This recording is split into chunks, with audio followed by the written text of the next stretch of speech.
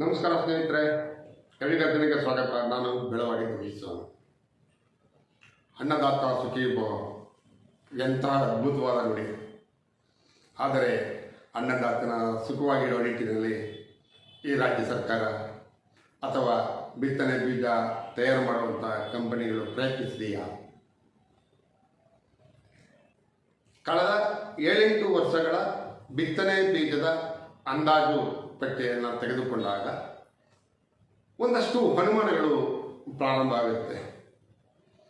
ಉದಾಹರಣೆಗೆ ಈ ಅವಧಿಯಲ್ಲಿ ಈಗಾಗಲೇ ಮುಂಗಾರು ಮಳೆ ಜಿಲ್ಲೆಯಾದ್ಯಂತ ಬಹುತೇಕ ಬಿದ್ದಿದೆ. ಮುಂಗಾರು ಬಿತ್ತನೆ ಮಾಡೋ ನಿಟ್ಟಿನಲ್ಲಿ ರೈತರು ತರಾತುರಿಯಲ್ಲಿ ಇದ್ದಾರೆ. ನಮ್ಮಲ್ಲಿ ಅತಿ ಹೆಚ್ಚಾಗಿ ಸೂರ್ಯಕಾಂತಿ ಬಿತ್ತನೆಯನ್ನು ಮಾಡೋ ನಿಟ್ಟಿನಲ್ಲಿ ನಮ್ಮ ರೈತರು ಮುಂದೆ ಇದ್ದಾರೆ. ಈಗಾಗಲೇ ಮುಂದಿನ ದಿನಗಳಲ್ಲಿ ಸೂರ್ಯಕಾಂತಿ ಬಿತ್ತನೆ ಮಾಡೋ ಪ್ರಾರಂಭ ಆಗುತ್ತೆ. ಇವತ್ತು ಒಂದು ಪ್ಯಾಕೆಟ್ ಸೂರ್ಯಕಾಂತಿ ಮಾರುಕಟ್ಟೆ ಬೆಲೆ ಎಷ್ಟಾಗಿದೆ? 8 ವರ್ಷಗಳ ಹಿಂದೆ ಅದೇ ಸೂರ್ಯಕಾಂತಿ ಬೆಲೆ ಪ್ಯಾಕೆಟ್ಗೆ ಎಷ್ಟಿತ್ತು? ಕಳೆದ ವರ್ಷ ಎಷ್ಟಿತ್ತು? ಅದರ ಜೊತೆಗೆ ಅವರು ಪ್ಯಾಕೆಟ್ ಮಾಡಿದ್ದಾರಲ್ಲ, ಆ ಪ್ಯಾಕೆಟ್ಗೆ ಇದ್ದಂಥ ಕ್ವಾಂಟಿಟಿ ಪ್ರಮಾಣ ಎಷ್ಟು ಪ್ರಮಾಣ ಇದೆ? ಆ ಸೂರ್ಯಕಾಂತಿಯನ್ನು ಪ್ಯಾಕೆಟ್ ಮಾಡಬೇಕಾದ್ರೆ ಬಳಸುವಂಥ ವೈಜ್ಞಾನಿಕ ಪ್ರಕ್ರಿಯೆ ಏನಾದರೂ ಬದಲಾಗಿದೆಯಾ? ಯಾವುದೂ ಬದಲಾಗಿಲ್ಲ. ಬೆಲೆ ಮಾತ್ರ ಬದಲಾಗ್ತಾ ಇದೆ. ವರ್ಷದಿಂದ ವರ್ಷಕ್ಕೆ ಕನಿಷ್ಠ 100 ರೂಪಾಯಿ 200 ರೂಪಾಯಿ ಅಲ್ಲ, 300 400 500 ರೂಪಾಯಿ ಜಾಸ್ತಿ ಆಗ್ತಾಯಿದೆ ಒಂದು ಪ್ಯಾಕೆಟ್ ಸೂರ್ಯಕಾಂತಿಗೆ. ಇದು ಸೂರ್ಯಕಾಂತಿ ಬಿತ್ತನೆ ಒಂದು ವಿಚಾರ ಅಲ್ಲ, ಬಹುತೇಕ ಎಲ್ಲ ಬಿತ್ತನೆ ಬೀಜದ ವಿಚಾರದಲ್ಲೂ ಹೀಗೆ ಇದೆ. ಸರ್ಕಾರ ಈ ಬಗ್ಗೆ ಯಾವತ್ತೂ ಯೋಚನೆ ಮಾಡಲೇ ಇಲ್ಲ ಅನ್ಕೋತೀನಿ. ಸೂರ್ಯಕಾಂತಿಯ ಬೆಲೆ 2000ಕ್ಕಿಂತ ಜಾಸ್ತಿ ಆಗಿದೆ. ಇವತ್ತು 2000ಕ್ಕಿಂತ ಜಾಸ್ತಿ ಇದೆ 2 kg ಸೂರ್ಯಕಾಂತಿಯ ಬೆಲೆ. ಹಾಗಾದರೆ ರೈತ ಅದನ್ನು ಖರೀದಿಸಿ ಬಿತ್ತನೆ ಮಾಡಿ ಬೆಳೆದಾಗ ರೈತರಿಂದ ಎಷ್ಟು ರೂಪಾಯಿಗೆ 1 kg ಸೂರ್ಯಕಾಂತಿಯನ್ನು ಖರೀದಿ ಮಾಡುತ್ತೆ ಈ ಸರ್ಕಾರ? ಇದೆಲ್ಲ ನಮ್ಮ ಕೃಷಿ ಸಚಿವರಿಗೆ ಅಥವಾ ನಮ್ಮ ಮುಖ್ಯಮಂತ್ರಿಗಳಿಗೆ, ಕೃಷಿ ಆಯುಕ್ತರಿಗೆ ಅರ್ಥ ಆಗ್ತಾ ಇಲ್ವಾ? ಕೆಲವು ಕಡೆ ಹೆಸರಿಲ್ಲದಂತಹ,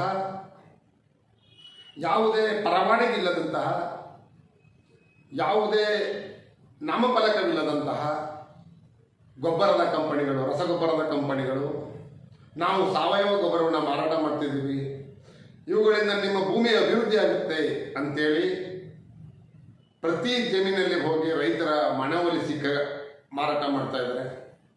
ಅದರ ಬಗ್ಗೆ ಸರ್ಕಾರಕ್ಕೆ, ಇಲಾಖೆ ಅಧಿಕಾರಿಗಳಿಗೆ ಗಮನ ಇಲ್ಲ. ಸೂರ್ಯಕಾಂತಿ ಬಿತ್ತನೆ ಬೀಜದ ಬಗ್ಗೆ ಅಧಿಕಾರಿಗಳ ಗಮನ ಇಲ್ಲ, ಅಥವಾ ನಮ್ಮ ರಾಜಕಾರಣಿಗಳ ಗಮನ ಇಲ್ಲ. ಹೀಗಾದರೆ ಈ ದೇಶದ ರೈತ ಅಭಿವೃದ್ಧಿ ಆಗುವುದಾದರೂ ಹೇಗೆ? ರೈತ ಅಭಿವೃದ್ಧಿ ಆಗದೇ ಇರೋದೇ ಒಳ್ಳೆಯದು ಅನ್ನೋ ಥರ ಯೋಚನೆ ಮಾಡೋ ನಿಟ್ಟಿನಲ್ಲಿ ಈ ಯೋಜನೆಗಳನ್ನ ಜಾರಿ ತರ್ತಾ ಇದ್ದಾರೆ ಅಂತ ನಾನು ಅದನ್ನು ಭಾವಿಸ್ಕೊಂಡಿದ್ದೀನಿ.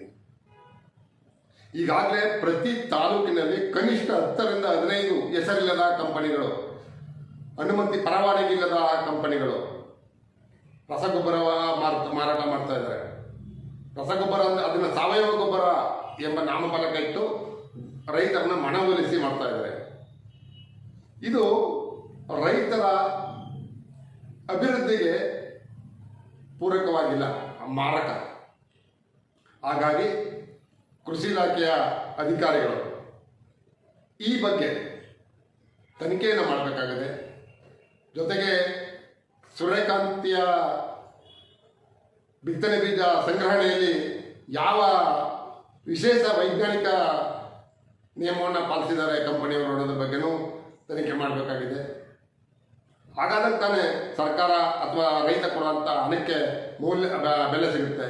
ಅದನ್ನು ಬಿಟ್ಟು ಕಳೆದ 20 ವರ್ಷದಲ್ಲಿ ಪ್ಯಾಕ್ ಮಾಡಿದಂತಹ ವೈಜ್ಞಾನಿಕ ರೀತಿಯನ್ನೇ ಇವತ್ತು ಬಳಸ್ಕೊಳ್ಳೋದಾದರೆ ಅವತ್ತಿನ ರೇಟಿಗೆ ಕೊಡ್ಬೋದಲ್ವ ಸೂರ್ಯಕಾಂತಿನ? ಇವತ್ತು ಯಾವುದೇ ಬಿತ್ತನಾದರೂ ಸಹ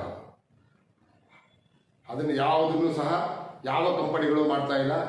ಆ ಕಂಪನಿಗಳ ವಿರುದ್ಧ ಯಾವ ಅಧಿಕಾರಿಗಳು ಸಹ ಕ್ರಮ ವಹಿಸ್ತಾ ಇಲ್ಲ.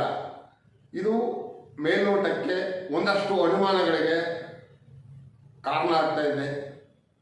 ರಾಜ್ಯದ ಕೃಷಿ ಇಲಾಖೆ ಮತ್ತು ಕೃಷಿ ಇಲಾಖೆಯ ಆಯುಕ್ತರು, ಕೃಷಿ ಸಚಿವರು ಈ ಬಗ್ಗೆ ತಕ್ಷಣ ಕ್ರಮ ಕೈಗೊಂಡ್ರೆ ರಾಜ್ಯದ ರೈತರಿಗೆ ಅನುಕೂಲ ಆಗುತ್ತೆ ಅನ್ನೋದನ್ನು ನಾನು ಹೇಳಕ್ಕೆ ಬಯಸ್ತೀನಿ.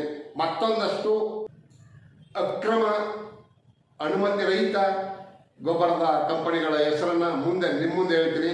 ಅಲ್ಲಿವರೆಗೆ ಧನ್ಯವಾದಗಳು.